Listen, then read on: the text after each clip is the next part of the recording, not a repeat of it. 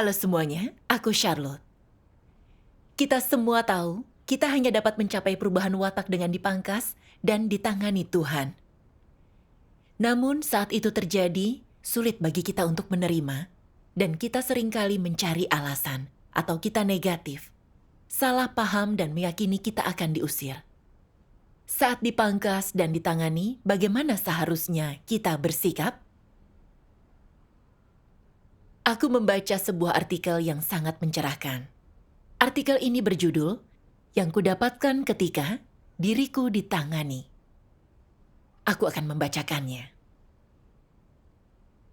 Pada akhir tahun 2020, pemimpin tingkat atas menemukan gereja di wilayah tanggung jawabku di mana banyak petobat baru tak rutin menghadiri pertemuan. Dia menanganiku berkata, petobat baru ini baru saja menerima jalan yang benar dan menghadapi banyak pencobaan. Jika tak ada yang menyokong mereka, mereka akan selalu berada dalam bahaya ditawan oleh iblis. Sebagai pemimpin gereja, kau harus menyirami mereka agar dapat membangun dasar di jalan yang benar. Ini pekerjaan yang terpenting. Ada banyak petobat baru yang tak rutin menghadiri pertemuan di gereja yang jadi tanggung jawabmu. Artinya kau belum melakukan pekerjaan penyiraman dengan baik, belum bertugas dengan baik, tak bertanggung jawab, asal-asalan menipu Tuhan, dan orang yang menentang Tuhan saat melayani Dia. Sulit menerima diriku dipangkas dan diperlakukan seperti ini. Aku bukan orang yang secara langsung menyirami mereka. Dan aku telah bersekutu tentang prinsip penyiraman dengan staf penyiraman di gereja ini. Sekarang mereka tak menyirami dengan baik, sehingga banyak petobat baru tak teratur ke pertemuan. Mengapa itu menjadi tanggung jawabku? Kurangnya tanggung jawab dalam pekerjaan penyiramanlah penyebab para petobat baru mundur, yang merupakan gangguan. Jika ku ambil tanggung jawab untuk ini, bukankah itu akan menjadi pelanggaran dan noda pada kepercayaanku kepada Tuhan? Jadi, aku menolak masalah yang dilontarkan pemimpin kepadaku. Aku terus berdebat dan membenarkan diri. Berkata bukan aku yang menyirami petobat baru untuk menghindari tanggung jawab. Melihatku tak merenungkan diriku, pemimpin itu menanganiku karena tak menerima kebenaran. Aku terkejut mendengar perkataan pemimpin dan berpikir, bukankah yang tak menerima kebenaran itu orang tidak percaya? Orang tidak percaya selalu berdebat dan mereka tak menerima kebenaran. Bagaimana aku bisa bertindak seperti mereka? Penalaran dan alasanku membuatku takut, jadi aku tak berani berbicara lagi. Aku berdoa kepada Tuhan, memohon Dia agar aku taat membimbingku dan melindungi hatiku. Selama beberapa hari, terus kupikirkan masalah ini. Aku telah ditangani karena tak bertanggung jawab dan tak melakukan pekerjaan dengan baik. Mengapa aku tak bisa menerima ini? Dalam perenungan, aku sadar, selama aku tidak langsung menyirami petobat baru, maka jika mereka tidak rutin ke pertemuan, itu tanggung jawab staf penyiraman, bukan aku. Namun aku diatur untuk bertanggung jawab atas beberapa gereja, dan setiap kali ada masalah dalam pekerjaan gereja, aku harus menyelesaikannya dengan cepat. Namun aku tak menindaklanjuti pekerjaan staf penyiraman selama tugasku dan akibatnya, puluhan petobat baru tak teratur ke pertemuan. Bukankah ini akibat dari sikap tak bertanggung jawab dan mengabaikan tugasku? Aku teringat waktu itu pernah ku dengar staf penyiraman di gereja ini mengalami kesulitan. Kesulitan nyata para petobat baru. Saat tak ada hasil dalam persekutuan, mereka berkata itu terlalu sulit dan tidak mau berusaha dalam tugas mereka. Namun aku tak bersekutu untuk menyelesaikan masalah ini tepat waktu. Dan akibatnya jumlah petobat baru yang teratur ke pertemuan terus menurun. Pemimpinku telah menanganiku karena tak bertanggung jawab, dan dia benar. Mengapa aku tak punya penerimaan atau ketaatan? Dan mengapa aku tetap berdebat? Bukankah ini bersikap tak masuk akal? Dengan pemikiran ini, aku merasa sedih. Aku telah melakukan kesalahan besar, tapi tetap tak mau bertanggung jawab. Seperti orang bodoh, aku berusaha berdalih dan mengelak dari tanggung jawab. Memikirkan keadaan burukku yang suka berdebat dan membenarkan diri, aku merasa malu. Wajahku memerah karena malu. Rasanya aku ingin mengubur diriku. Aku berdoa kepada Tuhan. Tuhan, aku tak bertanggung jawab dalam tugasku dan menghalangi penyiraman petobat baru. Aku telah melakukan pelanggaran berat, tapi saat dipangkas dan ditangani, aku tak punya penerimaan dan ketaatan. Tuhan, kumohon bimbinglah aku untuk mengenal diriku. Lalu, setelah membaca firman Tuhan, aku mendapatkan pemahaman tentang sumber penolakanku untuk dipangkas dan ditangani. Firman Tuhan berkata, sikap khas para antikristus terhadap penanganan dan pemangkasan adalah menolak dengan keras untuk menerima atau mengakuinya. Sebanyak apapun kejahatan yang mereka lakukan atau sebanyak apapun kerugian yang mereka timbulkan terhadap pekerjaan rumah Tuhan dan jalan masuk kehidupan umat pilihan Tuhan, mereka tidak merasakan penyesalan sedikit pun atau merasa bahwa mereka berutang sesuatu. Dari sudut pandang ini, apakah para antikristus memiliki kemanusiaan? Sama sekali tidak. Mereka menyebabkan berbagai macam kerugian terhadap umat pilihan Tuhan dan menimbulkan kerugian terhadap pekerjaan gereja. Umat pilihan Tuhan dapat melihat ini dengan jelas, dan mereka bisa melihat rentetan perbuatan jahat antikristus. Namun, para antikristus tidak menerima atau mengakui fakta ini. Mereka dengan keras kepala tidak mau mengakui bahwa mereka salah atau bahwa mereka bertanggung jawab. Bukankah ini adalah suatu tanda bahwa mereka muak terhadap kebenaran? Sampai sejauh itulah perasaan muak antikristus terhadap kebenaran. Sebanyak apapun kejahatan yang mereka lakukan, mereka tidak mau mengakuinya, dan mereka tetap tidak menyerah sampai akhir. Ini membuktikan bahwa antikristus tidak pernah menganggap serius pekerjaan rumah Tuhan ataupun menerima kebenaran. Mereka belum percaya kepada Tuhan. Mereka adalah kaki tangan iblis yang datang untuk mengganggu dan mengacaukan pekerjaan rumah Tuhan. Di dalam hati antikristus hanya ada reputasi dan status. Mereka yakin bahwa jika mereka mengakui kesalahan mereka, itu berarti mereka harus menerima tanggung jawab, dan kemudian status dan reputasi mereka pun pasti menjadi sangat rusak. Akibatnya, mereka menentang dengan sikap menolak sampai mati. Apapun yang orang singkapkan atau analisis, mereka berusaha sekuat tenaga untuk menyangkalnya. Entah penyangkalan mereka disengaja atau tidak, singkatnya, di satu sisi, ini menyingkap natur dan esensi antikristus yang muak dan membenci kebenaran. Di sisi lain, ini memperlihatkan betapa para antikristus menghargai status, reputasi, dan kepentingan mereka sendiri. Sementara itu, apa sikap mereka terhadap pekerjaan dan kepentingan gereja? Sikap mereka adalah sikap penghinaan dan penolakan tanggung jawab. Mereka tidak memiliki hati nurani dan nalar. Bukankah pengabaian tanggung jawab para antikristus menunjukkan masalah-masalah ini?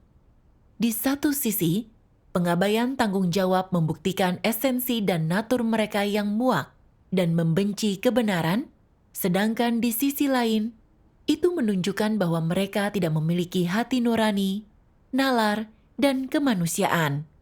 Sebanyak apapun jalan masuk kehidupan saudara-saudari dirugikan oleh campur tangan dan perbuatan jahat mereka, mereka tidak merasa bersalah dan tidak akan pernah merasa sedih karena hal ini. Makhluk macam apa ini? Bahkan pengakuan mereka terhadap kesalahan dapat dianggap mereka memiliki sedikit hati nurani dan akal. Tetapi para antikristus bahkan tidak memiliki kemanusiaan sedikit pun. Jadi menurutmu, siapa mereka sebenarnya? Esensi antikristus adalah iblis. Sebesar apapun kerugian yang mereka timbulkan terhadap kepentingan rumah Tuhan, mereka tidak melihatnya. Hal itu sama sekali tidak membuat hati mereka sedih. Mereka juga tidak merasa bersalah, apalagi merasa berutang. Ini sama sekali bukan apa yang seharusnya terlihat dalam diri manusia normal. Ini adalah iblis.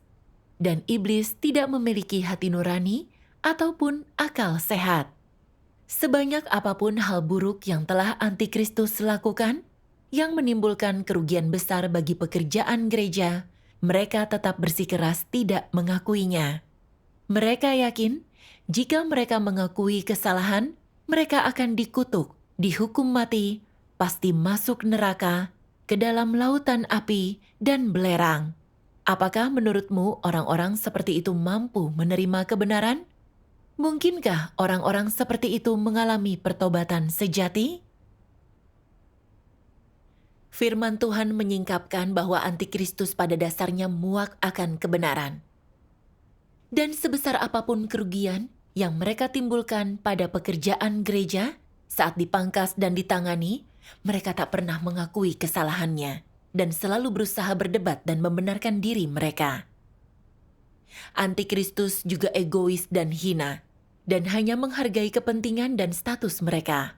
Jadi, kerugian apapun yang ditimbulkan antikristus terhadap pekerjaan gereja, mereka tak merasa bersalah atau mau bertanggung jawab. Merenungkan sikapku saat dipangkas dan ditangani, aku merasa perilakuku sama seperti antikristus.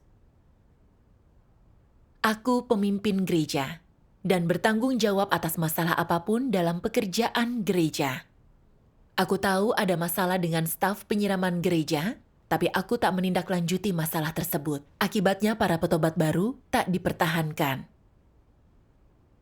Tapi aku tak mengakui kesalahanku dan terus berdalih. Aku takut bertanggung jawab lalu menimpakannya ke saudara-saudariku. Aku tak menerima dipangkas atau ditangani dan bersikeras bahwa para petobat baru ini tidak secara langsung disirami olehku untuk bisa bebas dari pelanggaranku. Banyak petobat baru yang tak teratur ke pertemuan, tapi aku tak merasa menyesal atau berutang dan tak membenci diriku karena melalaikan tugasku dan merugikan pekerjaan penyiraman gereja. Dengan fakta-fakta ini, bahwa aku tetap berusaha membenarkan diriku, memperlihatkan bahwa aku tak menerima kebenaran. Melihatnya sekarang, bagaimanapun aku berdebat, aku tak dapat menyangkal fakta bahwa aku tak bertanggung jawab. Sebaliknya, pembenaran dan perdebatanku menyingkapkan natur iblisku yang muak akan kebenaran dan tak menerimanya. Untuk melindungi kepentinganku, kusingkapkan fakta burukku yang tak bertanggung jawab dan egois. Kubaca firman Tuhan berulang-ulang, dan makin membandingkan diriku dengan cara antikristus bersikap, makin aku merasa firman Tuhan sedang menyingkapkanku.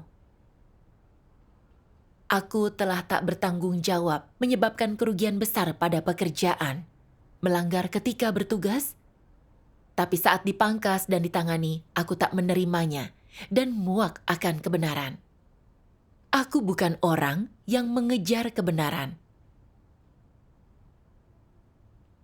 Merenungkan hal ini, aku merasa Tuhan pasti sangat muak dengan perilakuku. Selain itu, dengan argumenku, pemimpin pasti sudah melihat diriku yang sebenarnya dan tahu aku tak dapat dipercaya dan tak layak untuk dibina. Aku mulai bertanya-tanya, apakah pemimpin sedang mengawasiku? Tak kulakukan pekerjaan penyiraman dengan baik dan telah melakukan pelanggaran. Jika suatu hari aku menyebabkan kekacauan lain dan kembali dipangkas dan ditangani, akankah aku disingkapkan dan diusir? Jika demikian, aku tak punya harapan untuk diselamatkan Tuhan. Telah kutinggalkan keluarga dan karirku untuk melaksanakan tugasku dan menyadari aku mungkin akan diusir. Makin kupikirkan, makin aku negatif. Aku bahkan merasa karena aku tak bertanggung jawab dan lalai, dan tak menerima dan muak akan kebenaran, aku tak pantas menjadi pemimpin. Jadi aku harus punya kesadaran diri, segera mengundurkan diri, dan mencari tugas mudah yang dapat kulaksanakan dengan jujur. Dengan begitu aku pasti menyingkapkan lebih sedikit masalah. Dan masih punya harapan untuk diselamatkan saat pekerjaan Tuhan selesai. Selama waktu itu, aku tak mencari kehendak Tuhan dan tak berusaha menyelesaikan masalahku yang tak bertanggung jawab dalam tugas. Aku hidup dalam keadaan defensif dan kesalahpahaman. Hanya kupikirkan cara mengundurkan diri dan tak memikirkan tugas. Aku sungguh sengsara. Lalu, ku beritahu rekan sekerjaku tentang keadaanku. Dan dia membacakan beberapa firman Tuhan yang memberiku pemahaman akan kehendak Tuhan. Firman Tuhan berkata, diperhadapkan dengan keadaan manusia dan sikap manusia terhadap Tuhan, Tuhan telah melakukan pekerjaan baru yang memungkinkan manusia untuk memiliki pengetahuan serta ketaatan kepadanya dan kasih juga kesaksian. Jadi, manusia harus mengalami pemurnian Tuhan terhadap dirinya, juga penghakiman, penanganan, dan pemangkasan Tuhan terhadap dirinya, karena tanpa itu, manusia tidak akan pernah dapat mengenal Tuhan dan tidak pernah akan mampu sungguh-sungguh mengasihi dan menjadi kesaksian baginya. Pemurnian manusia oleh Tuhan bukanlah semata-mata demi mencapai dampak yang sepihak, tetapi demi mencapai dampak dari berbagai segi. Hanya dengan cara inilah Tuhan melakukan pekerjaan pemurnian dalam diri mereka yang bersedia mencari kebenaran, yaitu agar tekad dan kasih mereka disempurnakan oleh Tuhan. Bagi mereka yang bersedia mencari kebenaran dan yang mendambakan Tuhan, tidak ada hal lain yang lebih bermakna atau lebih membantu daripada pemurnian seperti ini. Watak Tuhan tidak semudah itu diketahui atau dipahami oleh manusia, karena Tuhan, bagaimanapun juga, adalah Tuhan. Yang terutama, tidaklah mungkin bagi Tuhan untuk memiliki watak yang sama dengan manusia. Dan karena itu, tidaklah mudah bagi manusia untuk mengetahui wataknya. Kebenaran tidak dimiliki oleh manusia secara inheren, dan itu tidak mudah dipahami oleh mereka yang telah dirusak iblis. Manusia tidak memiliki kebenaran dan tidak memiliki tekad untuk melakukan kebenaran, dan jika dia tidak menderita dan tidak dimurnikan atau dihakimi, tekadnya tersebut tidak pernah akan dijadikan sempurna. Bagi semua orang, pemurnian sungguh menyiksa dan sangat sulit untuk diterima. Tetapi selama pemurnianlah Tuhan menjadikan wataknya yang adil dapat dipahami dengan jelas oleh manusia dan membuat tuntutannya terhadap manusia terbuka dan memberikan lebih banyak pencerahan dan lebih banyak pemangkasan dan penanganan yang nyata. Lewat perbandingan antara fakta dan kebenaran, Dia memberi kepada manusia pengetahuan yang lebih besar tentang dirinya sendiri dan tentang kebenaran, dan memberi kepada manusia pemahaman yang lebih besar tentang kehendak Tuhan, sehingga manusia dapat memiliki kasih akan Tuhan yang lebih benar dan lebih murni. Itulah tujuan-tujuan Tuhan dalam menjalankan pemurnian. Semua pekerjaan yang dilakukan oleh Tuhan dalam diri manusia memiliki tujuan dan makna penting. Tuhan tidak melakukan pekerjaan yang tidak berarti, dan Dia juga tidak melakukan pekerjaan yang tidak bermanfaat bagi manusia. Pemurnian bukan berarti menyingkirkan manusia dari hadapan Tuhan, dan juga bukan berarti menghancurkan mereka di neraka. Sebaliknya, pemurnian berarti mengubah watak manusia selama pemurnian, mengubah niat-niatnya, pandangan-pandangan lamanya, mengubah kasihnya kepada Tuhan, dan mengubah seluruh hidupnya. Pemurnian merupakan ujian nyata manusia dan suatu bentuk pelatihan yang nyata, dan hanya selama pemurnianlah kasih manusia dapat memenuhi fungsinya yang inheren. Melalui firman Tuhan, aku paham. Saat Tuhan mengatur keadaan orang untuk mengalami penderitaan dan pemurnian, penghakiman dan hajaran dipangkas atau ditangani, semua itu ditujukan untuk kerusakan orang. Dan ini adalah hal yang harus dialami orang dalam proses jalan masuk kehidupan. Meskipun kita harus sedikit menderita dalam prosesnya, semua itu membantu kita untuk mengetahui pekerjaan Tuhan dan watak rusak kita sendiri. Mengingat tahun terakhirku sebagai pemimpin, pada dasarnya aku tak mengalami kemunduran dan tak pernah dipangkas atau ditangani secara serius. Terkadang ada hal yang tak dilakukan sesuai prinsip, tapi pemimpin memberikan persekutuan yang sesuai, membantuku membalikan penyimpangan dalam tugasku, dan menunjukkan jalan penerapan. Saat saudara-saudariku melihat masalah dalam tugasku, mereka sering memberikan bantuan penuh kasih dan jarang menanganiku. Jadi saat dihadapkan dengan watakku yang rusak dan masalah dalam tugasku, aku berpikir masalah ini tak terlalu besar, bisa dengan mudah kuhindari. Jadi aku tak pernah merenung untuk memahami sumber kegagalanku. Hanya setelah dipangkas dan ditangani bisa kulihat tingkat pertumbuhanku yang sebenarnya. Aku lalai dalam tugasku, dan akibatnya banyak petobat baru tak disirami tepat waktu. Tapi untuk melindungi kepentinganku sendiri, aku tak bertanggung jawab dan membebaskan diriku. Aku bahkan khawatir kehilangan masa depan dan nasibku dan menjadi negatif, menyimpan kesalahpahaman, dan ingin melepaskan tugasku. Saat orang berbicara lembut tentang masalahku, aku bisa menerimanya. Tapi saat dipangkas dan ditangani sekarang dan diberitahu akibat dari sikapku, aku tak bisa menerimanya. Saat ditangani untuk masalah kecil, aku bisa terima. Namun untuk masalah besar, di mana esensi dan akibatnya lebih serius dan harus bertanggung jawab, tak bisa kuterima. Aku sadar, aku selektif dalam menerima pemangkasan dan penanganan, yang bukan perwujudan ketaatan kepada Tuhan. Jika tak dipangkas dan ditangani, aku pasti tak mengenal diriku sendiri. Menganggap diriku orang yang mengejar kebenaran dan dibutakan oleh penampilan palsuku sendiri. Jalan masuk kehidupanku akan stagnan dan tak akan memetik pelajaran dari keadaan ini.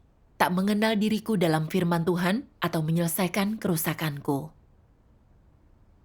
Memikirkan hal ini, aku bersyukur kepada Tuhan dan mau mencari kehendak Tuhan dan memetik pelajaran dari keadaan ini. Selama perenunganku, ku cari firman Tuhan yang relevan untuk makan dan minum.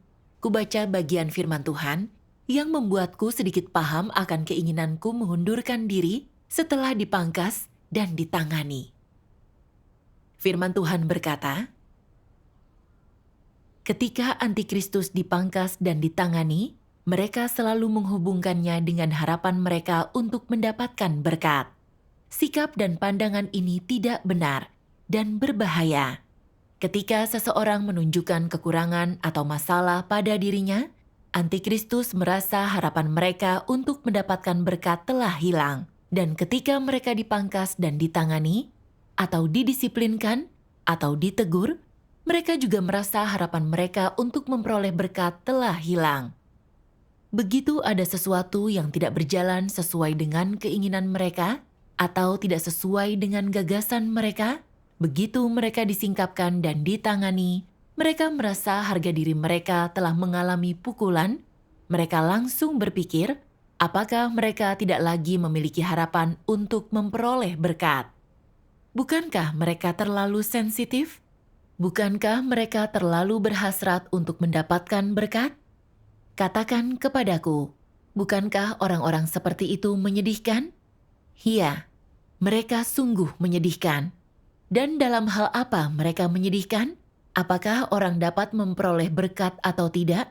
Ada hubungannya dengan mereka ditangani dan dipangkas? Tidak, tidak ada hubungannya. Lalu, Mengapa antikristus merasa harapan mereka untuk mendapatkan berkat telah hilang ketika mereka ditangani dan dipangkas? Bukankah ini ada hubungannya dengan pengejaran mereka? Apa yang mereka kejar? Mendapatkan berkat. Mereka tidak pernah melepaskan keinginan dan niat mereka untuk mendapatkan berkat. Mereka telah berniat untuk mendapatkan berkat dari awal mereka percaya kepada Tuhan. Dan meskipun mereka telah mendengarkan banyak khotbah, mereka tidak pernah menerima kebenaran. Selama ini, mereka tidak melepaskan keinginan dan niat mereka untuk mendapatkan berkat. Mereka belum memperbaiki atau mengubah pandangan mereka tentang kepercayaan kepada Tuhan, dan niat mereka dalam melaksanakan tugas belum dimurnikan. Mereka selalu melakukan segala sesuatu sambil mencengkeram harapan dan niat mereka untuk mendapatkan berkat, dan pada akhirnya, ketika harapan mereka untuk mendapatkan berkat akan pupus, mereka meledak marah dan memprotes keras, yang akhirnya menyingkapkan fakta memalukan bahwa mereka sebenarnya meragukan Tuhan dan mereka sebenarnya menyangkal kebenaran. Bukankah mereka sedang menempuh jalan menuju kehancuran? Seperti itulah akibat yang pasti antikristus alami karena tidak menerima kebenaran sedikit pun, juga tidak menerima dirinya ditangani dan dipangkas. Dalam mengalami pekerjaan Tuhan, semua umat pilihan Tuhan mampu mengetahui bahwa penghakiman dan hajaran Tuhan, penanganan dan pemangkasannya adalah kasih dan berkat-Nya. Tetapi antikristus percaya bahwa ini hanyalah sesuatu yang dikatakan orang dan tidak percaya bahwa itu adalah kebenaran. Jadi, mereka tidak menganggap penanganan dan pemangkasan sebagai pelajaran yang bisa mereka petik. Mereka juga tidak mencari kebenaran atau merenungkan diri mereka sendiri.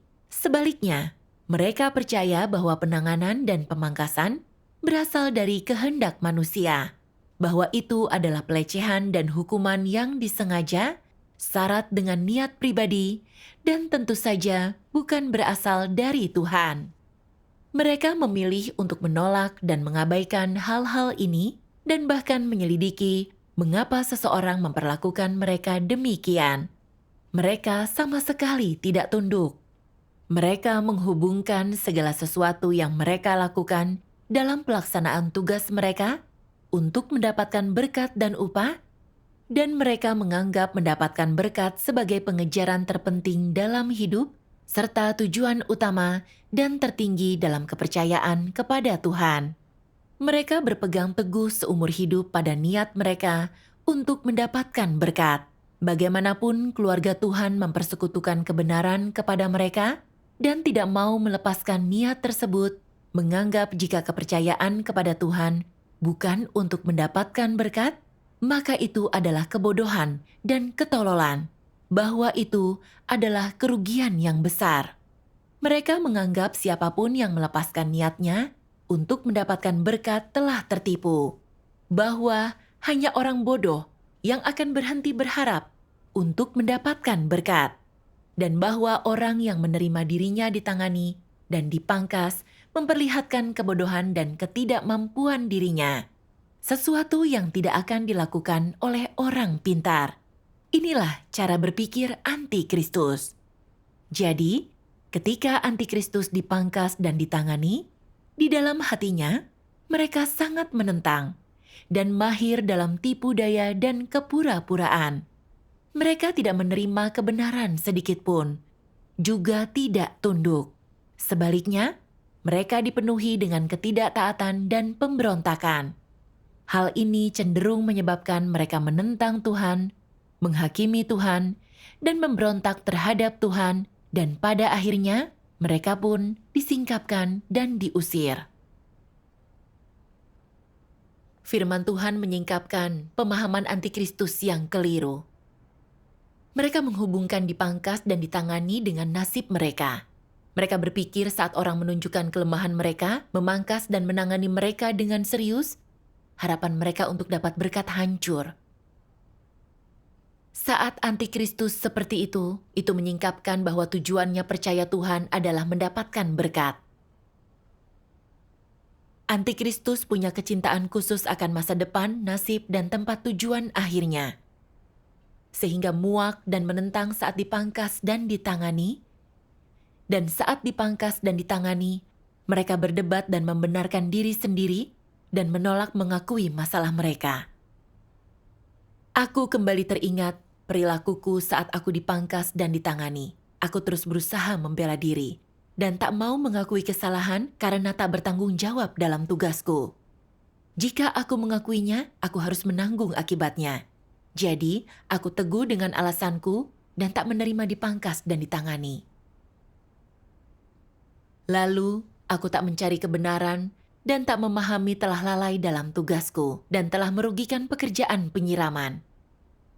Juga aku defensif dan salah paham setelah dipangkas dan ditangani.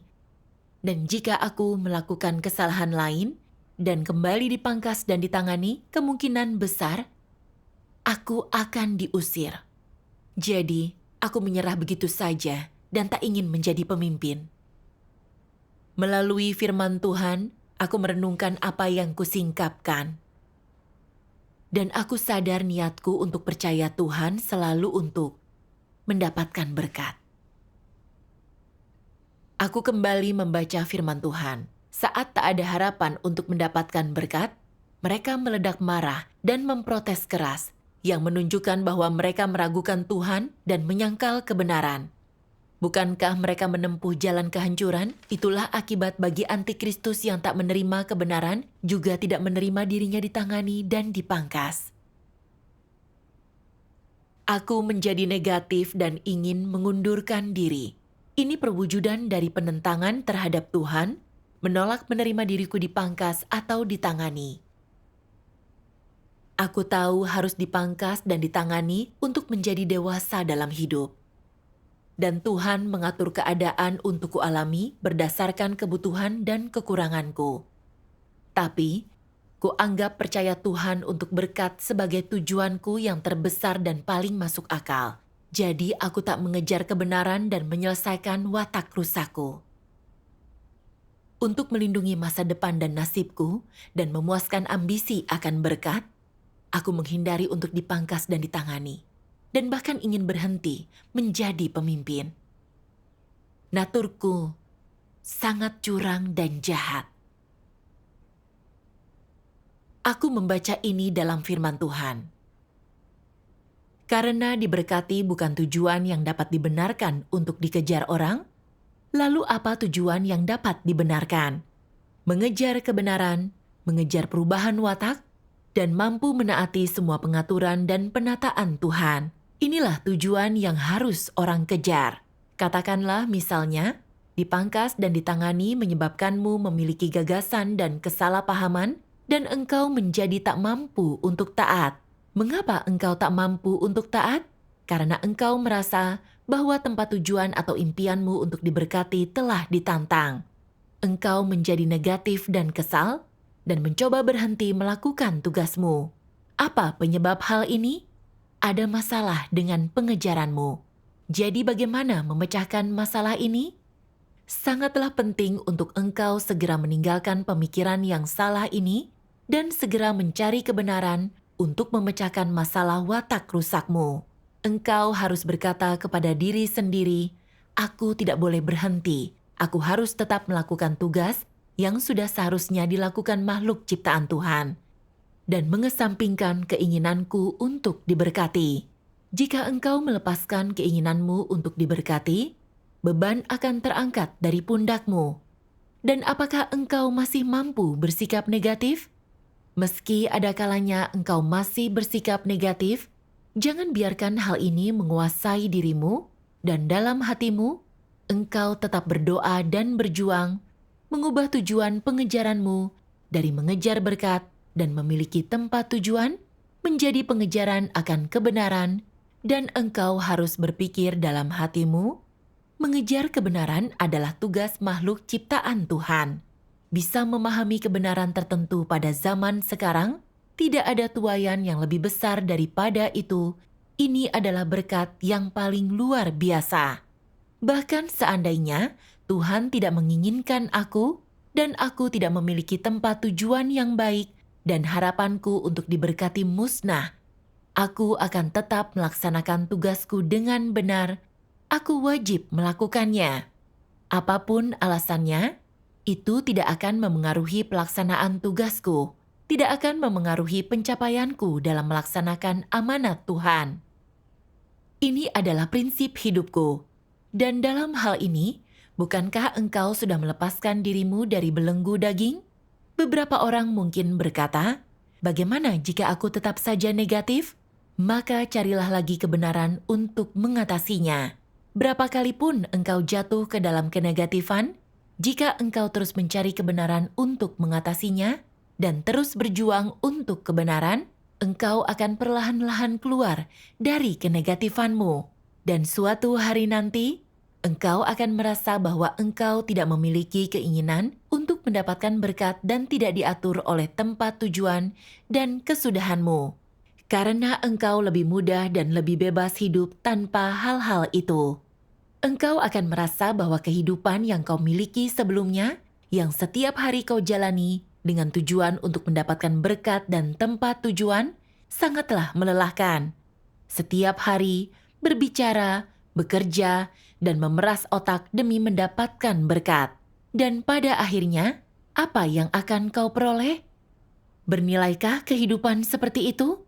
Engkau tidak mengejar kebenaran, tapi menyanyiakan hari-hari terbaikmu untuk hal-hal yang tidak penting.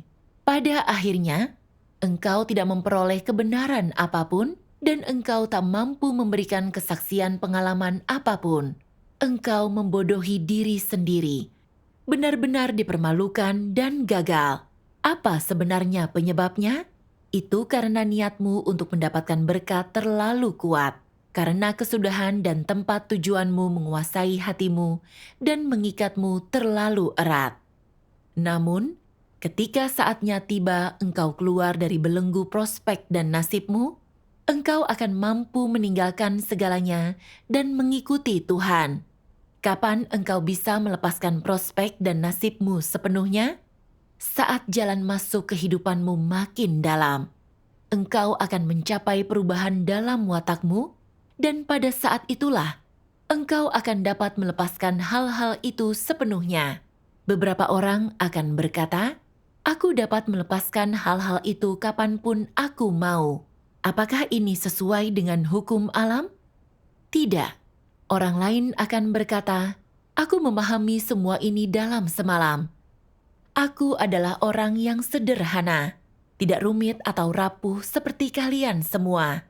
Kalian sangat ambisius, dan itu menunjukkan bahwa kalian lebih rusak daripadaku. Begitukah keadaannya? Tidak. Semua manusia memiliki natur rusak yang sama, tidak berbeda kedalamannya.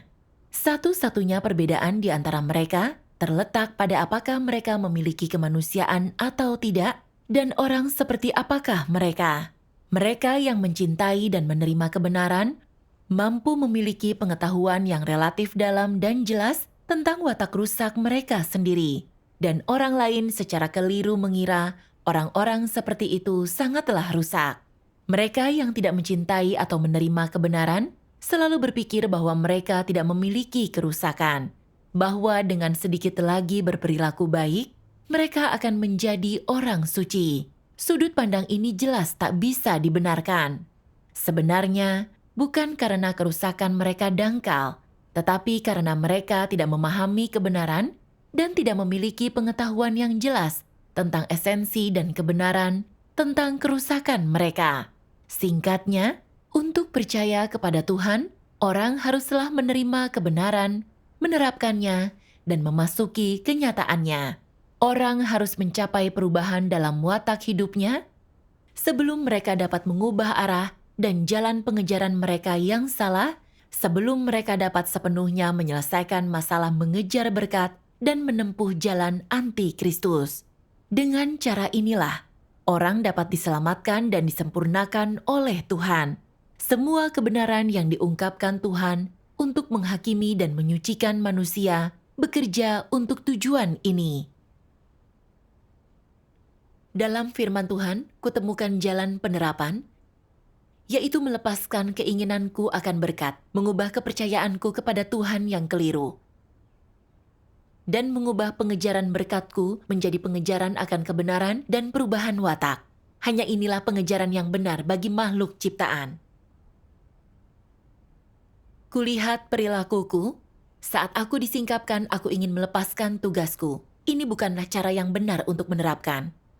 Meski berhenti menjadi pemimpin, karena aku tidak mengatasi watak rusakku, atau keinginanku untuk mendapatkan berkat, maka tugas apapun yang kulakukan, aku bisa saja tetap mengganggu pekerjaan gereja. Selama periode ini, aku hidup dalam keadaan negatif. Aku berencana untuk kepentinganku sendiri, aku sengsara. Antusiasku terhadap tugas hilang dan aku jauh dari Tuhan. Aku tak mau lagi diikat atau dikendalikan oleh keinginanku akan berkat. Entah aku akan diberkati atau tidak, pertama-tama aku harus bertugas dengan baik. Gereja memberiku kesempatan untuk melaksanakan tugasku, jadi aku harus berusaha keras memenuhi tanggung jawabku. Setelah itu, keadaanku sedikit berubah. Dan mengingat masalahku yang bersikap seenaknya dan tak bertanggung jawab, aku makan dan minum firman Tuhan yang relevan. Dan memahami bahwa esensi dari bersikap asal-asalan adalah menipu Tuhan. Jika aku selalu memperlakukan tugasku dengan sikap acuh tak acuh, aku tak akan pernah melaksanakan tugasku dengan sikap yang benar. Dan akhirnya akan kehilangan kesempatan untuk bertugas. Memikirkan sikapku telah menyebabkan banyak petobat baru tak teratur ke pertemuan, aku merasa menyesal dan berutang. Dan begitu membenci perilakuku yang tak bertanggung jawab. Setelah itu, ku baca bagian lain firman Tuhan yang membuatku lebih memahami arti dipangkas dan ditangani. Firman Tuhan berkata, berkenaan dengan dipangkas dan ditangani, apa yang setidaknya harus orang ketahui? Orang harus mengalami dirinya dipangkas dan ditangani agar dia mampu melaksanakan tugasnya secara memadai. Hal itu sangat diperlukan. Dipangkas dan ditangani adalah sesuatu yang harus orang hadapi setiap hari dan yang harus sering dialami dalam kepercayaan mereka kepada Tuhan dan dalam memperoleh keselamatan. Tak seorang pun dapat meluputkan dirinya dipangkas dan ditangani. Apakah memangkas dan menangani orang merupakan sesuatu yang menyangkut masa depan dan nasib mereka? Tidak. Jadi, untuk apa memangkas dan menangani orang? Apakah untuk menghukum orang? Tidak. Ini adalah untuk membantu orang memahami kebenaran dan melaksanakan tugas mereka sesuai prinsip. Benar, itulah pemahaman yang paling tepat mengenai hal tersebut. Memangkas dan menangani orang adalah semacam disiplin, semacam hajaran, tetapi juga merupakan suatu bentuk pertolongan kepada orang lain. Dipangkas dan ditangani memampukanmu untuk mengubah pengejaranmu yang salah tepat waktu. Hal ini memampukanmu untuk dengan segera mengenali masalah yang kau hadapi sekarang, serta memampukanmu untuk mengenali watak rusak yang kau singkapkan pada waktunya. Apapun yang terjadi, dipangkas dan ditangani akan membantumu untuk melaksanakan tugasmu sesuai prinsip. Itu menghalangimu agar engkau tidak melakukan kesalahan dan tersesat tepat pada waktunya, dan itu menghalangimu agar tidak menimbulkan bencana. Bukankah ini pertolongan terbesar bagi orang-orang, penyelamatan terbesar mereka? Mereka yang memiliki hati nurani dan nalar harus mampu menerima diri mereka ditangani dan dipangkas dengan benar. Dari firman Tuhan, aku menyadari punya gagasan lain yang absurd tentang dipangkas dan ditangani. Saat aku sadar aku punya watak yang muak akan kebenaran, aku merasa seperti dikutuk. Kerusakanku terlalu dalam, dan aku pasti dibenci dan tak akan diselamatkan Tuhan. Sebenarnya, ini semacam sikap negatif dan bermusuhan. Dengan membaca firman Tuhan, aku paham Dipangkas dan ditangani tak sama dengan disingkap dan disingkirkan, dan tak berarti masa depan dan nasibmu dilucuti darimu. Sebaliknya, itu dilakukan agar orang mengetahui kekurangan mereka dalam tugas, memahami watak rusak mereka, dengan segera membalikan penyimpangan dalam tugas, dan mencari kebenaran agar dapat bertindak sesuai prinsip. Tanpa pengalaman dipangkas dan ditangani ini, aku tak akan menyadari punya watak yang muak akan kebenaran. Dan dalam hal yang menyangkut kepentinganku, aku melalaikan tanggung jawab terus-menerus berdalih dan tak menerima kebenaran. Kupikir mengenali hal ini adalah baik bagiku.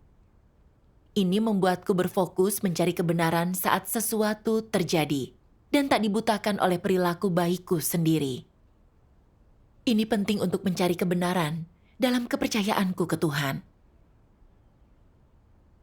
Lalu, saat aku dipangkas dan ditangani karena penyimpangan dalam tugasku, aku datang ke hadapan Tuhan untuk berdoa, terlebih dulu menerapkan ketaatan, dan mencari firman Tuhan yang relevan berdasarkan kerusakanku dan masalah yang ditunjukkan oleh saudara-saudariku dalam tugasku. Setelah dipangkas dan ditangani, aku sedikit lebih memahami makna pentingnya. Dengan dipangkas dan ditangani dan melalui bimbingan firman Tuhan, aku mampu melihat tingkat pertumbuhanku yang sebenarnya dan banyak masalah dan penyimpangan dalam tugasku. Kudapatkan juga pemahaman tentang watakku yang rusak dan keinginan Tuhan untuk menyelamatkan orang. Dipangkas dan ditangani bermanfaat bagi pengejaranku akan jalan masuk kehidupan.